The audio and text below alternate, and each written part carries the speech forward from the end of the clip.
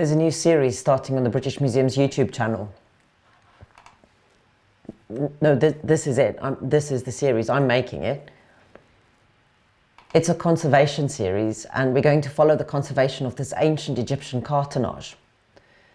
It's a new acquisition for the museum, and it only came into the collection in 2018. But as you can see, it needs a little bit of attention, which is why we have this conservation project led by Verena Kotonsky. My name is Verena Kotonsky. I'm conservator for organic artifacts here at the British Museum. In recent years, I've been focusing more and more on the conservation of ancient Egyptian artifacts. And in the coming month, I will be conserving this cartonnage, which consists of two halves. We've got the base, which is currently upside down, and the lid, which then would have encased the mummy. Due to its bad condition, it's a real challenge for me as a conservator, but at the same time it's also really exciting because due to its bad condition we can actually see how the cartonnage has been constructed, and that will hopefully contribute to the research in this field. But also, again, for me as a conservator, I might be able to try out new conservation techniques and materials. I know it sounded like she said month, but what she meant to say was months, because this is a long project, as you can imagine. I actually started documenting Verena working on this in October 2019. Now, I know that seems like a very long time ago and no one can really remember that far back, but here at the British Museum we try and cast our minds back every now and again. But as I said, it's a new acquisition.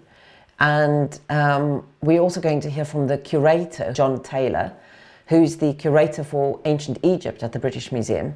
He knows quite a lot about Egypt. He knows quite a lot about burial practices in ancient Egypt. We're going to be hearing more from him. And we'll be following the story of this conservation project. I think that's probably enough of an introduction from me. Shall we hear from the experts?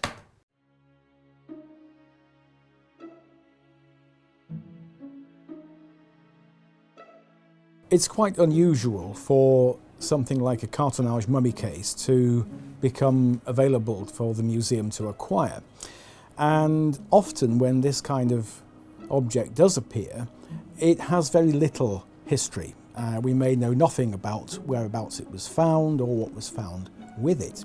But in the case of the Sherborne Castle cartonnage, the situation is rather different, and this is one of the things that makes it so important, because we do know exactly where this cartonnage was discovered, who found it, and what were the circumstances of the excavation. Because of this, we can use the cartonnage in a much more constructive way to interpret something about burial practices on the southern tip of Egypt in the Ptolemaic period. We know about the cartonnage's history because it was excavated as part of a large-scale salvage operation which began in 1907 at the southern boundary of Egypt near Aswan. And at that time, the Egyptian government were planning to raise the height of the Aswan Dam. This would mean flooding a number of archaeological sites in the immediate area. So they planned a large rescue operation. Many sites were excavated. The excavations at the beginning were carried out by a very important archaeologist, George Reisner, an American scholar based at Harvard, and he was the person who directed the excavations where the cartonnage was discovered. Now, Reisner is a very significant figure in Egyptology because he was one of the great pioneers of scientific method. And for the time, his reports, his archaeological reports, are some of the best that were issued. So straight away, this gives an advantage to what we know about the cartonnage. In 1907, Reisner began excavating. And one particular place that he focused on was the island of El Hesa, which is just to the south of Aswan and close to the site of the temples of Philae.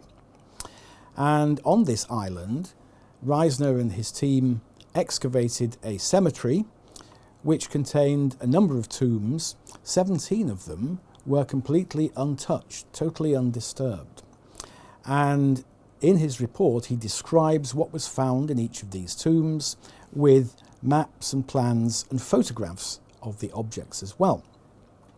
Now, one of these tombs contained 2 burials. It was a rock-cut chamber, blocked up with stones, and inside Reisner found 2 stone sarcophagi, quite plain, without inscriptions. Inside the sarcophagi were mummies contained in cartonnage casing, and one of these was the one which was later acquired by Sherborne Castle. Fortunately, we have a detailed record of the opening of the tomb and photographs of the cartonnage in situ, and then the cartonnage opened up with the lid taken off so that you can see the mummy in its linen wrappings. Now, where the mummy is today, we don't know, but the cartonnage case was sent to Cairo after the excavations were completed, and there, several years later, it was bought by Frederick Wingfield Digby, a member of the family who owned Sherborne Castle. And fortunately, we have a letter from Mr. Wingfield Digby in which he explains that he is about to acquire from the Cairo Museum a coffin, which we know now to be the cartonnage in question. And this is rather important because this explains to us how the object came to leave Egypt. At the time, and this was during the First World War, the Egyptian Museum in Cairo had a sale room, and in the sale room, objects that were regarded as superfluous to the collection were offered for sale. Some of them were bought by representatives of other museums, but some items could be bought by private individuals as well.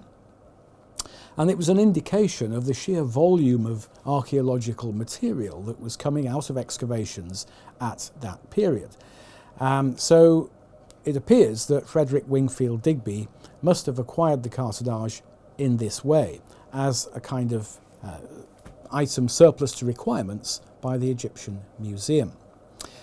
Since that time, it's been at Sherborne Castle in Dorset until last year when it was acquired by the British Museum. Wonderful, isn't it? I hope you can join us next time to see how we go about turning this object into this.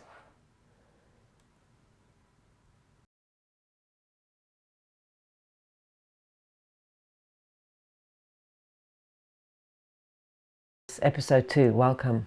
We are conserving the Sherborne Cartonnage. Don't worry if you didn't know that there was an episode 1. There is. It's on the British Museum's YouTube channel. You can catch up with that later. You can subscribe while you're there, and you will never miss out on anything ever again.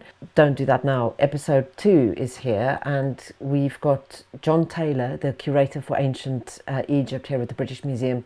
He's going to tell us what a cartonnage is and how the Egyptians used to make them.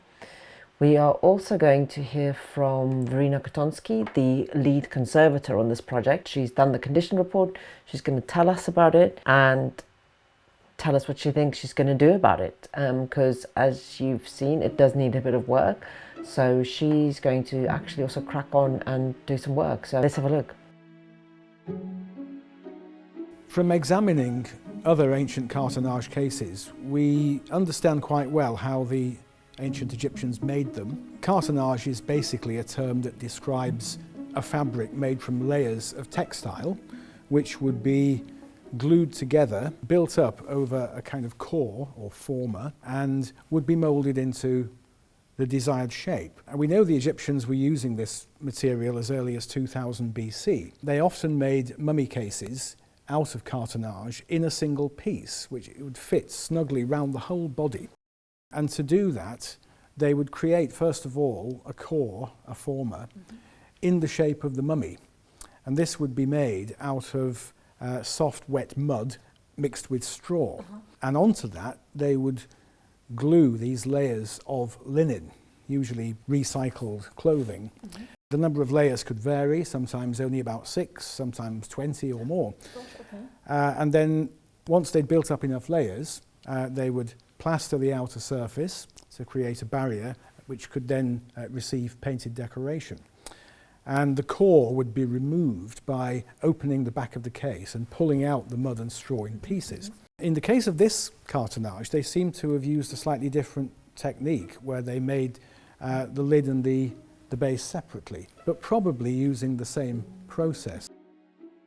We don't have much information on what happened to the cartonnage since it was removed from the burial environment and before it came to the museum in 2018. But judging from the dirt or dust deposition pattern and the way it slumped on its support, we suspect that it must have been kept upright at some point, and we suspect that in this upright position it was exposed to high levels of relative humidity, causing the cartonnage to soften and then slump under its own weight, resulting in this crease here.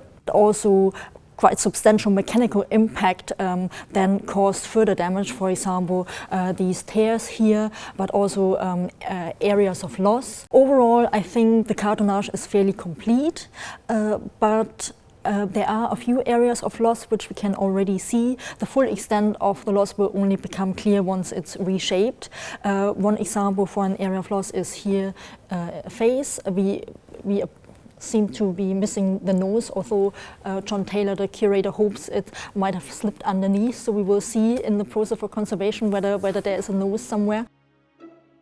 There are many challenges within this conservation project, but one of the main challenges is really the reshaping treatment.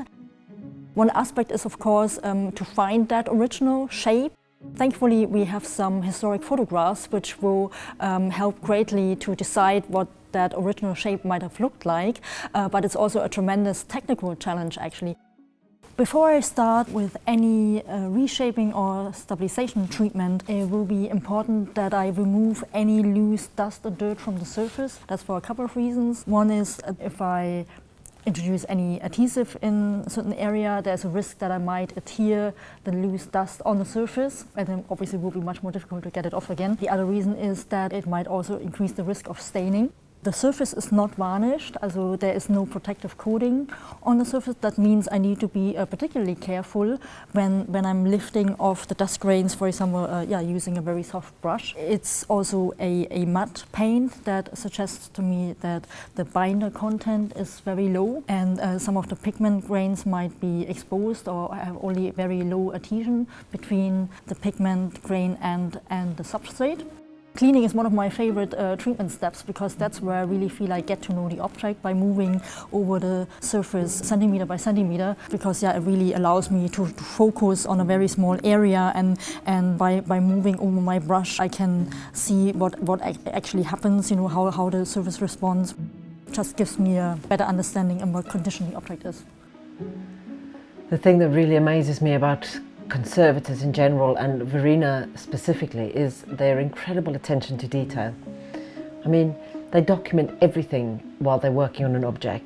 She's documenting exactly where each piece was found on the cartonnage, because there are a few little pieces that have become detached and they're just kind of floating around. So before she moves the cartonnage off, she makes sure that every single piece is documented, and she told me that she hopes that she might find a place for them and put them back. So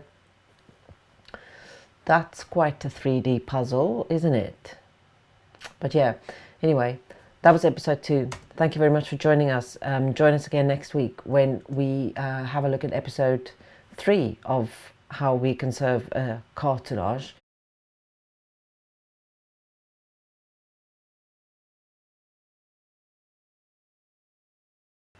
Hi, welcome back. We are conserving the Sherborne Cartonnage, and this is episode 3. Verena's done a fantastic job of cleaning the object, and we're going to have a look at what comes next. She is also going to... there's so much that happens in this episode, I don't even know where to begin. going to focus, in this episode, mostly focus on the base, so the bottom part of the cartonnage. There's going to be, we're going to see inside the cartonnage for the first time. They moving it onto a new support. They're building bridges. It's all happening anyway. So let's have a look at the base.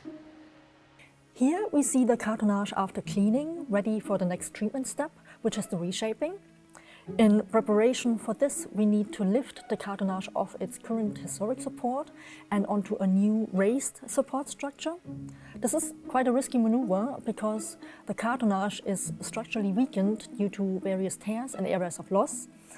And to prevent further damage while we move it, I introduced these cardboard strips which act like bridges across the damaged areas and will stop the cartonnage from shifting.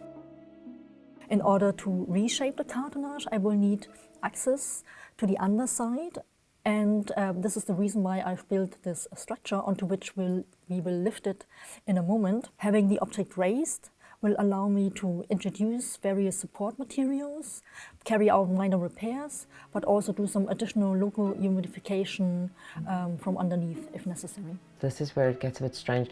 We're going to see people in very close proximity but wearing masks. I just have to state that this is pre-pandemic. This is before masks was a thing.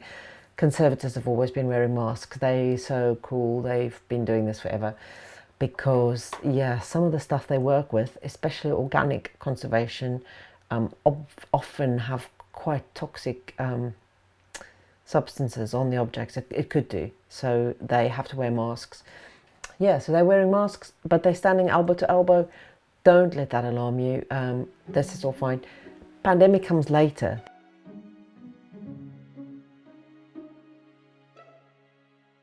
In order to manipulate the base back into its original shape without causing further damage, I need to make the cartonnage temporarily more flexible. This can be achieved by placing the object in an environment with higher relative humidity. The easiest way to do this is to transfer the object to a tent together with a moisture source. The aim is to raise the humidity inside the tent very gradually over the course of several days, from the ambient 50% to about 60 to 65 RH. As a moisture source, I'm using blotting paper sprayed with water. While the cartonnage is in the tent, I need to carefully monitor the humidity levels, but also the condition of the cartonnage. I need to find that fine balance between introducing enough moisture to make the cartonnage sufficiently flexible so that I can reshape without further damage. But I also need to make sure that it doesn't become too moist, as this would soften the paint.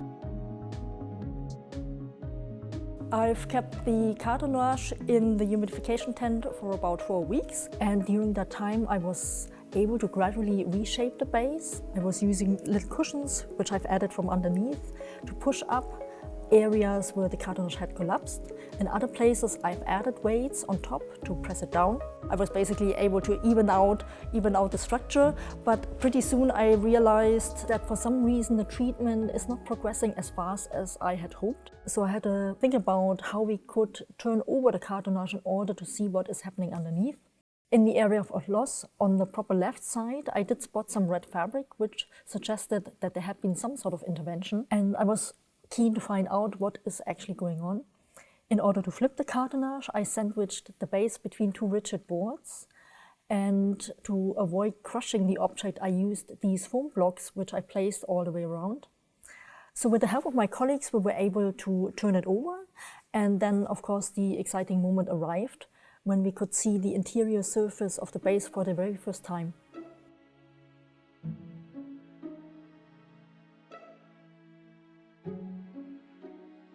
It became clear that there's actually not only the red fabric, but an additional beige fabric on top of the red, and underneath or in between those two layers of fabric I found 3 rigid or semi-rigid boards. That obviously was quite a revelation, because that basically explained why I hit a bit of a roadblock during my reshaping efforts. In conversation with the curator, we agreed to remove these later additions, as both linings and the cardboard. pieces because it prevent me from fully reshaping the cartonnage, also getting it completely flat. It also obviously completely obscured the original surface, so would obviously really hinder any further study of that particular part of the object. And in addition, quite an extensive insect infestation had occurred, resulting in quite extensive damage. And obviously I'm quite keen to really see the extent of that damage, and that was another reason why we agreed to really remove all these layers. Unfortunately, when we were able to look at the interior surface, the fabric was completely covered with some accretions ranging from white to beige in terms of color, and I also could spot a few areas where there was definitely some mold, and that was the point where I decided, okay, to immediately transfer it back into its tent in order to avoid any contamination of the lab. Once we decided to remove these later additions, I was basically removing the layers bit by bit, starting with the beige fabric and then the cardboard, which generally was quite straightforward. But then I realized there is a bit of a complication in that the original textile surface is covered with a pink paint or paste, and that unfortunately is also soluble or very sensitive to water, and I was so far working with water vapor to really soften the adhesive. So my challenge basically is now to find a way how I can separate the remainder of the cardboard which sits directly onto the pink paint. And I tried various methods, but what worked best was basically the use of a rigid gel and gum gel, which is a very controlled method because I'm just placing the gel block onto area of cardboard or fabric I would like to remove, and the moisture in that gel block then slowly releases into the paper. Yeah, then it's a matter of timing to find that sweet spot when I basically can peel off the paper without having softened the paint underneath too much so that the paint comes off as well. This is the base of the cartonnage case, and here we are looking at the interior surface after all of the later additions such as the fabric lining and the cardboard pieces have been removed. It has become clear that this intervention did serve a structural purpose in that these materials were applied to bridge these major breaks that basically separate the cartonnage in 3 pieces. I've noticed that the foot end has detached completely. We can now also see the full extent of the damage caused by the insect infestation, and the linen layers are very degraded and therefore extremely brittle. So we will have to consider our treatment options very carefully. Of course, our aim is the long-term preservation of the object. And one question we've been discussing quite extensively here in the studio is what level of stability do we actually need to achieve? If we are aiming to make this object fairly robust, that might mean our treatment will inevitably be more invasive. If we want to be as hands-off as possible in order to minimize alteration to the materiality of the object in order not to impede future research, for example, this might leave us with a fairly vulnerable object even after completion of the conservation. So at the moment, we are trying to feel our way by testing various treatment options and how the cartonnage responds in terms of regaining some of that stability. So it's basically a little bit more challenging than initially anticipated. Basically a little bit more challenging than originally anticipated, yeah. You can say that again, Verena. We're going to come back to this. We're going to take a little break, 3 episodes to keep you busy. Watch them over and over. Maybe I can ask you some questions at the end of it. See how much you've learned. What's relative humidity? Subscribe and we'll let you know. There's going to be some other stuff that comes out first. Watch out for that as well.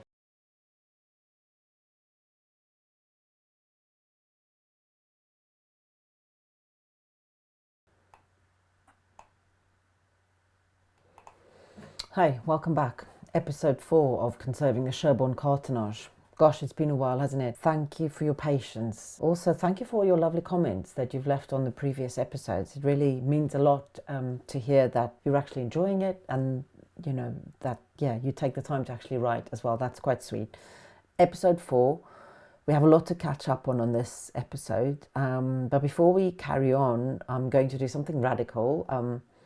Episode 4, I'm going to introduce some new characters. So yeah, I know that is quite, quite out there, but I'm sure you can cope. The conservation of the cartonnage was in full swing when the COVID pandemic hit and we all had to go into lockdown. This obviously put quite a break on the work on the cartonnage. So when we were able to go back to work and in the museum, Verena asked 2 of her colleagues to join her. Barbara Wells is a senior conservator with decades of experience in conserving ancient Egyptian artifacts. I actually made a film with her in 2016 about the conservation of a crocodile mummy. You might want to have a look at that film afterwards because it's a good one. Well, it's a great object. Film's okay. But anyway, go and have a look. Helene Delaney is also a conservator who specialises in painted surfaces. And I made a film with her actually in 2016. She was checking for pests on a new acquisition that was coming into the museum. Really interesting film, lovely piece of work by the South African artist Karel Nel. So have a look out for that afterwards. Not to kind of gas on for too much longer because we've got a lot to get through in this episode. So yeah, let's hear from Verena. Over the past few months, we carried out a huge amount of work on both base and lid. As conservators, we are quite used to working on delicate objects, but this cartonnage really turned out to be one of the most fragile and challenging objects we've worked on in quite a long time. I worked quite intensely on the top half of the base with the aim to reconstruct the head end and also the right hand side. These areas have been severely damaged and were partially collapsed, with the textile layers completely disrupted. Before I could even think of reconnecting the various break edges, I had to first carry out a large number of repairs within each single layer. Quite often this felt more like keyhole surgery, as I had to start with repairing the lower layers first and then gradually work my way up to the top.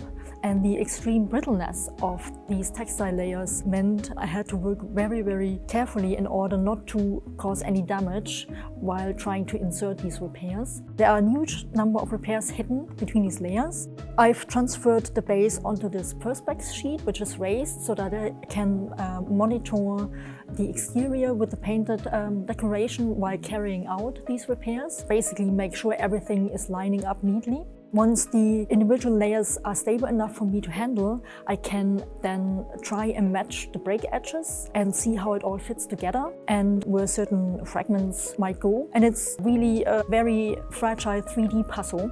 It's certainly a great moment when suddenly everything lines up and all makes sense and the original shape suddenly emerges. Now, we've really come quite a long way. The base is finally in one piece, which is a bit of a milestone. I must admit, for quite a long time I wasn't sure if it would be possible at all to join all 3 fragments. But after working my way up and down the object many times, carrying out a huge number of repairs, I obviously became more and more familiar with the object, but also how the object responds to my interventions. And in addition, I've become more confident in the stability of my repairs, using Japanese tissue paper and Clusel G. I eventually decided to give it a go and try to join the sections.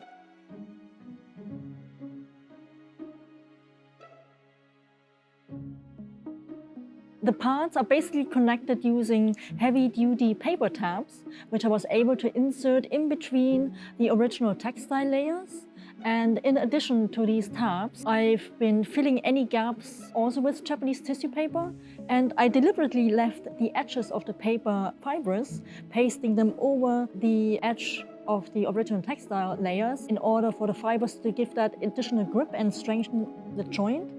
I've used this technique also in a number of other areas, mainly here joining any breaks in the side walls and also reconstructing the foot area.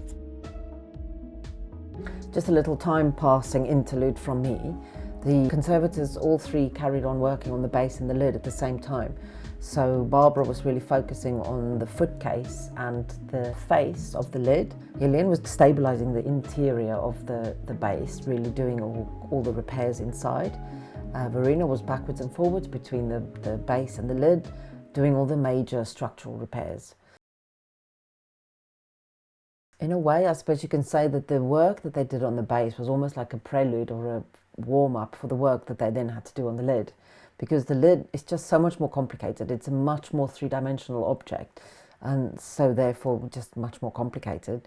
And also I just wonder if we can just take a moment to do a little bit of lid appreciation, because this is what it looked like when it first came into the studio, and I just wanted to kind of like remind us of that, because it's a bit like me on a Friday afternoon, actually. But yeah, no, so it had this major pleat right in the middle, around the hip area, where because the cartonnage had been kept in an upright position, it started slumping under its own weight. So that was not very good. And I think I'll let Verena tell you how she dealt with this. I basically needed a support that can be adjusted easily throughout this lengthy treatment step. And here you see the articulated wooden frame with the cardboard arches. The height of the arches and the width of the frame can be adjusted while the lid is slowly taking shape. After a few weeks of gentle stretching, there came a point when there was one final push required to really undo this pleat, and with the help of my colleagues, we introduced additional moisture in this specific area using an ultrasonic humidifier. At the same time, we carefully pulled the lid on its support frame to unfold the cartonnage. It was really exciting to see that the painted decoration was actually quite intact in spite of this major deformation. With all hands on deck, we were also able to finally lift the lid off the historic mount, and we moved it back into the tent for further reshaping.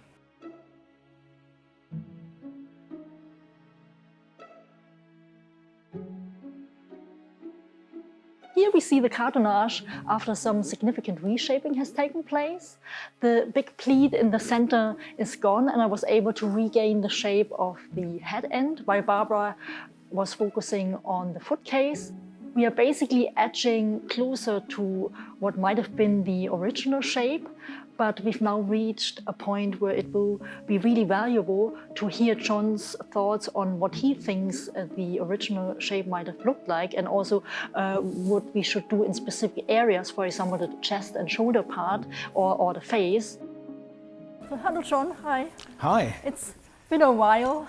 It's been certainly 9 months since I've seen the cartonnage. Yeah. And I must say, it looks amazing. It's well, totally transformed from what we saw when it first came into the museum.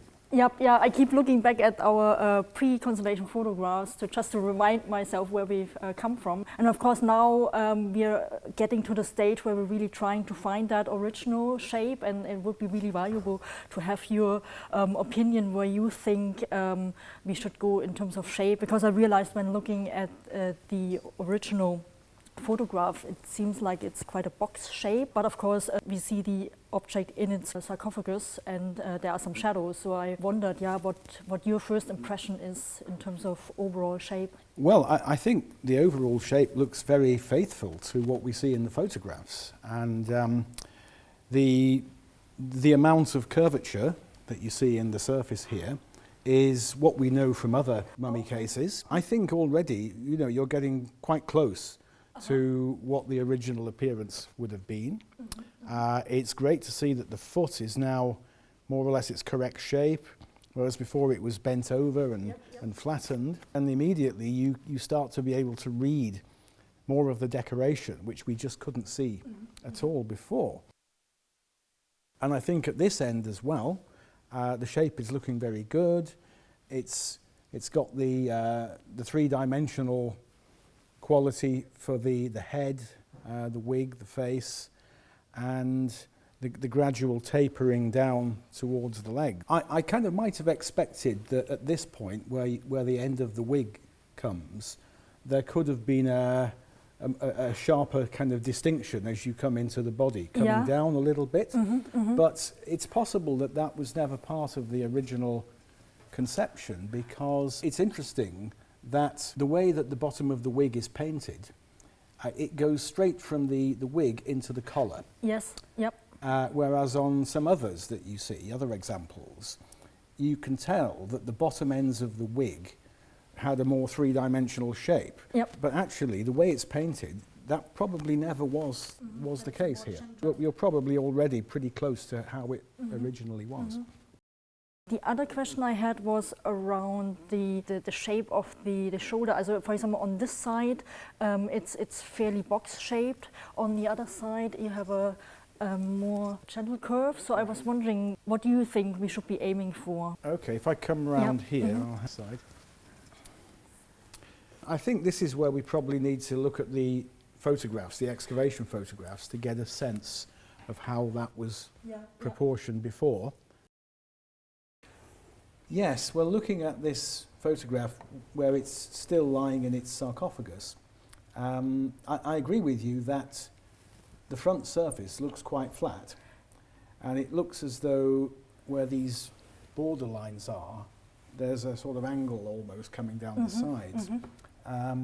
So I suspect that probably there is some scope for bringing that further down. I think particularly here, I mean, obviously this part is more distorted, but maybe using the width of the foot case as a guide to start. Clearly this part should go in more.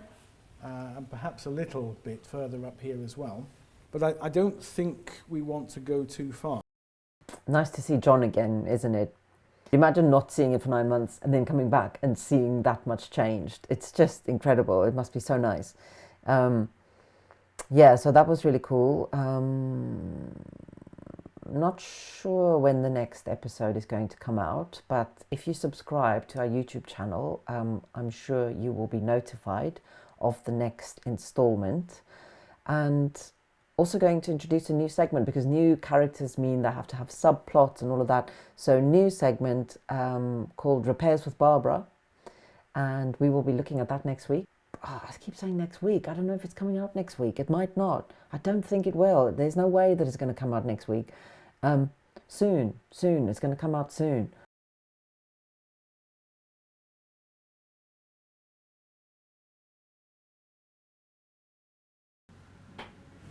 Hi, welcome back.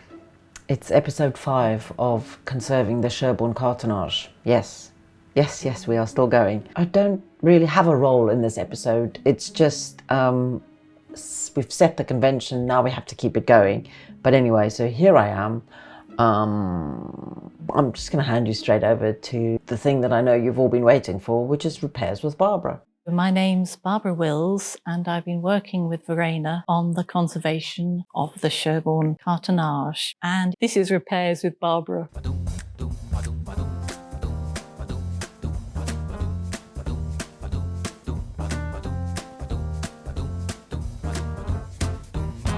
It has been a challenge, and as with all those objects that are challenges, it doesn't come with its own instruction manual on how to reshape, how to repair. So to begin with, it's a very frustrating part of work, trying to find out what's the best consolidant, what's the best adhesive, what's the best technique. But the joy is that Verena's very creative in the way she approaches conservation, and she's made the most wonderful devices that help clamp or support or stretch. If you look at the table here, you will see a whole range of consolidants and adhesives and props and clamps and weights that we've used with Sherby. And because he's got lots of curves, and they're quite subtle curves, and as you know, he was very, very distorted. And we've spent a long time opening him out and trying to regain his original shape.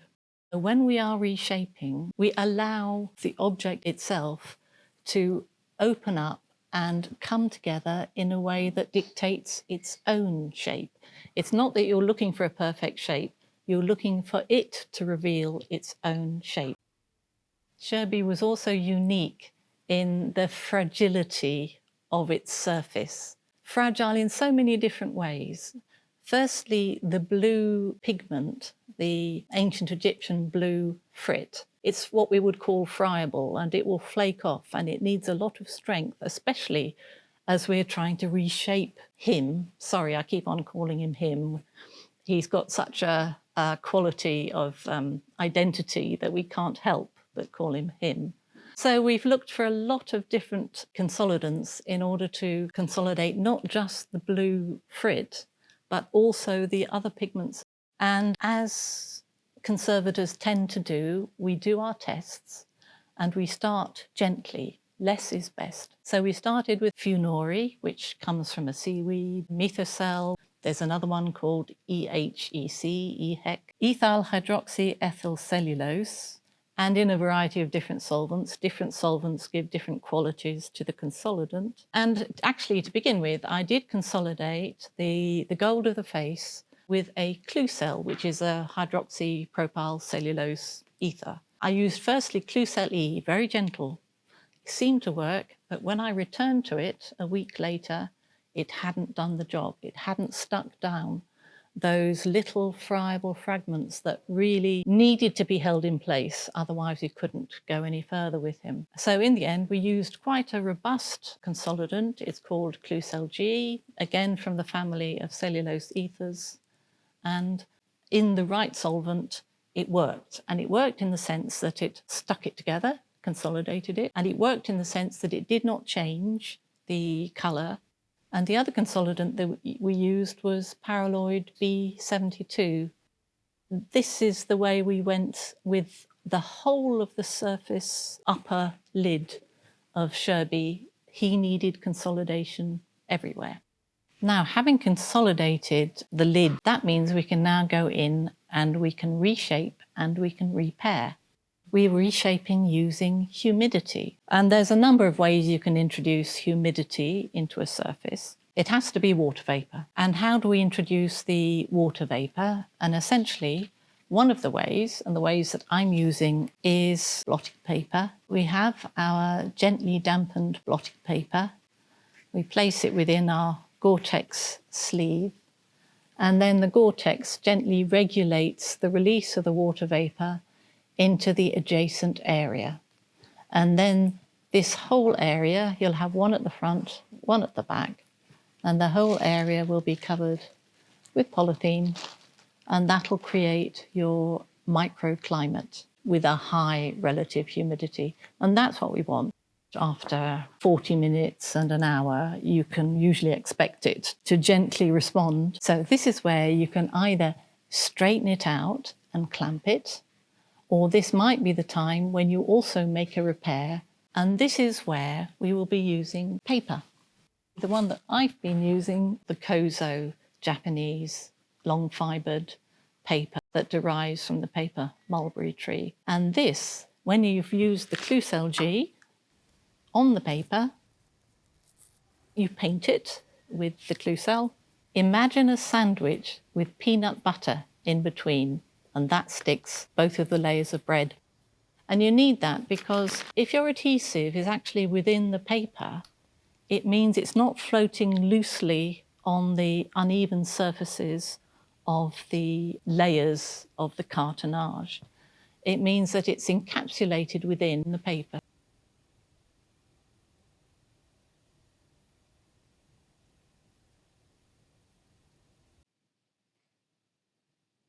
So most of the paper remains in place. And now I'll apply the clamp, and that will apply gentle pressure until it sets.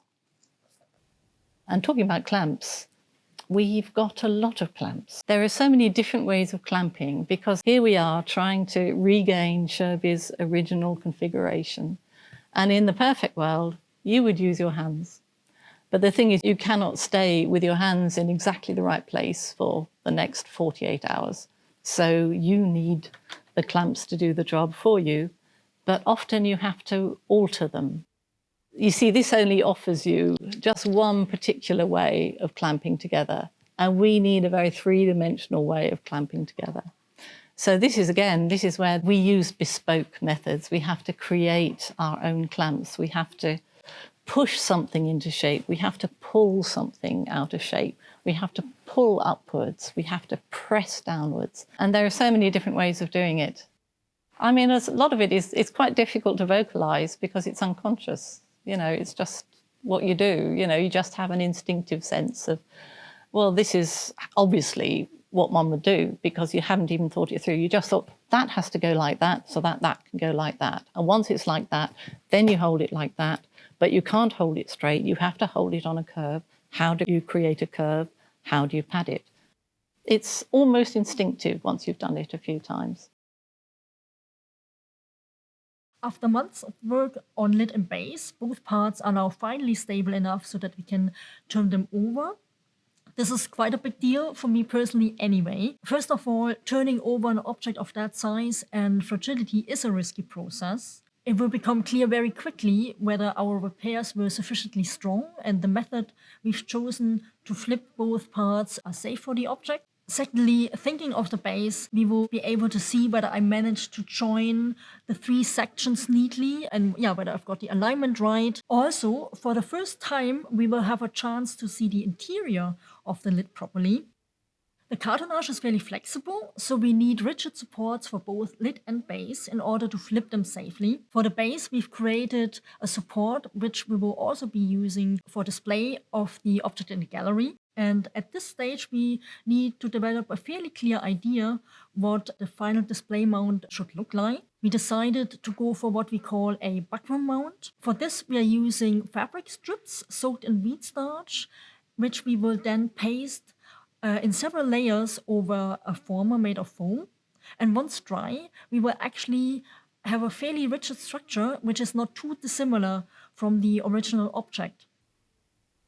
For the lid, we are using a temporary support structure.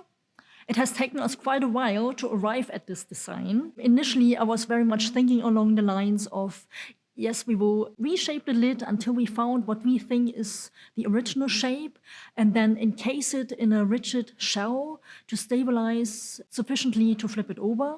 In the last week or so, I came more or less to the conclusion that actually for the final steps of the reshaping treatment, it would be really helpful if we were to have continued access to both the interior and exterior surface. We considered quite a lot of different techniques and options, how we could build the structure. We were thinking of 3D printed supports based on a 3D scan of the object. And then we thought, we could do something interesting with adhesive coated mesh or maybe wire or combine all of these. But in the end, we went for something quite straightforward, a wooden frame with cardboard arches. At the moment, it all feels very nice and secure when I lift it off. But in a few minutes, we are going to turn it over. So fingers crossed that it will all work as planned. I'm a bit nervous, but also very excited. Oh, very nice. Oh, okay. Well. That's a relief. Now, we all know that if you want to find out how to do anything in the world, you go to YouTube, you put your search term in, and you'll find a video with some 10-year-old probably telling you exactly how to do the thing that you want to do. Whether it's bleeding your radiators, making a pair of trousers, or whatever the case may be. But up until very recently, if you'd put in, how do I fix my cartonnage, you would have come up a blank. But now you've got 5 episodes going into great detail on how to fix your cartonnage. Thank me later. But for now, subscribe to our YouTube channel, and when the next episode comes out, you'll be the first to know.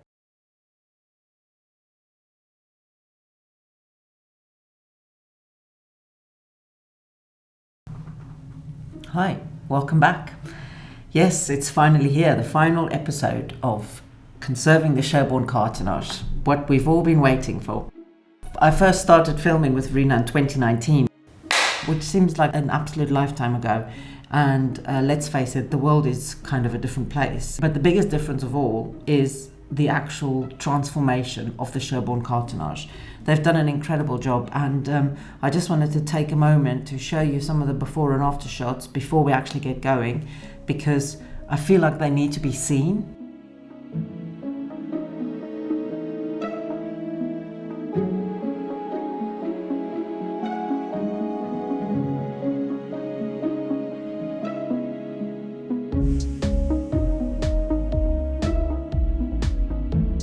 Installation day is finally here, which is very exciting. I remember the mummy case being delivered to the lab in August 2019, so it's been with us in the studio for almost 4 years. Looking back, it's been a real journey, and I'm not going to lie, there have been ups and downs, and this project has remained a challenge until the very end. Over the last few months, we've been working really hard to finish the repairs and also make the supports the lid and base will sit on. And as you know, we've been using Japanese tissue paper to mend tears and also were required to fill areas of loss. In order to visually integrate these fills, Barbara came up with the idea to recreate the textile structure by applying a layer of paste made of cellulose fibers and adhesive and pressing a piece of fabric into the soft fill.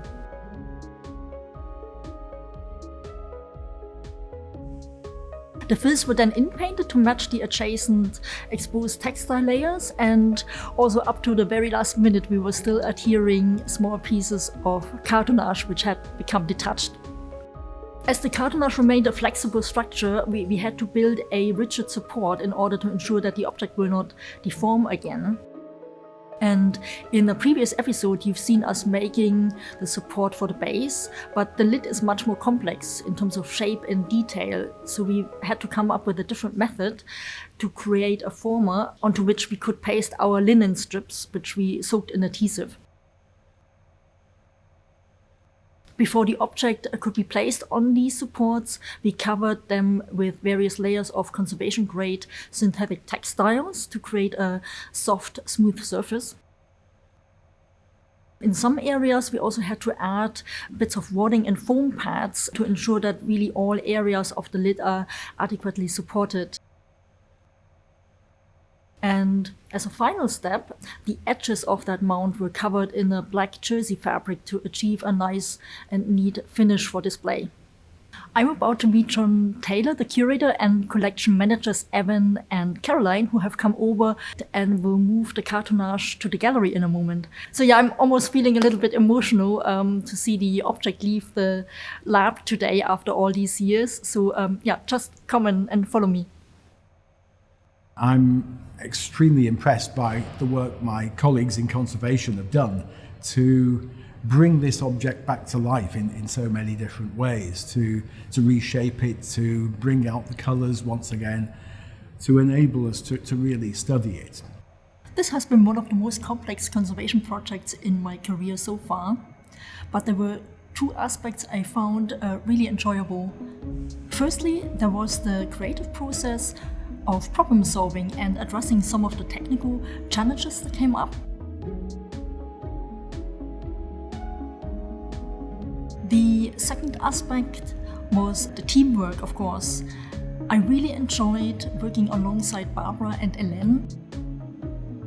Being able to work on such a fascinating object and returning it to a state that is close to how it looked like originally, so that it can be enjoyed again by visitors and studied by scholars, has been a real privilege and very rewarding. We have to be creative because every object will throw a new challenge, something very specific at us. And I think in terms of challenges, this cartonnage really delivered. There's no doubt about that. One of the crucial aspects of this whole project has been to put this mummy case back into its context, back into its historical and geographical and social context in ancient Egypt. It's an unusual piece because it comes from an area of Egypt where we don't have very much material of this kind. Certainly there's nothing in the British Museum collection which really compares with this. And because we have the archaeological record of how it was discovered and where and when, this really increases the amount of data, the value of the data this object can present to us. And of course this is not the end of the project, because although it's now been stabilised and reshaped and put back on display, there is an enormous amount more that we can learn from this mummy case. I learned how to overcome difficulties because the cartonnage did resist treatment at many points it just didn't cooperate. And that meant that we all had to up our game and we had to think out of our conventional thoughts. And so many of us, we invented new, at least new to us, tools. We didn't quite get on. And why didn't we get on? I think, again, it was some objects work with you and some don't. And this was one that didn't. And that meant it pushed me and pushed everybody into thinking of new ways to address it. And I did wonder, when it's gone, would I miss him? And now that it is here on display, everybody else can look at him, but I don't see him every day in the studio. And there is a gap in my professional life, I have to say. So now I feel fondly.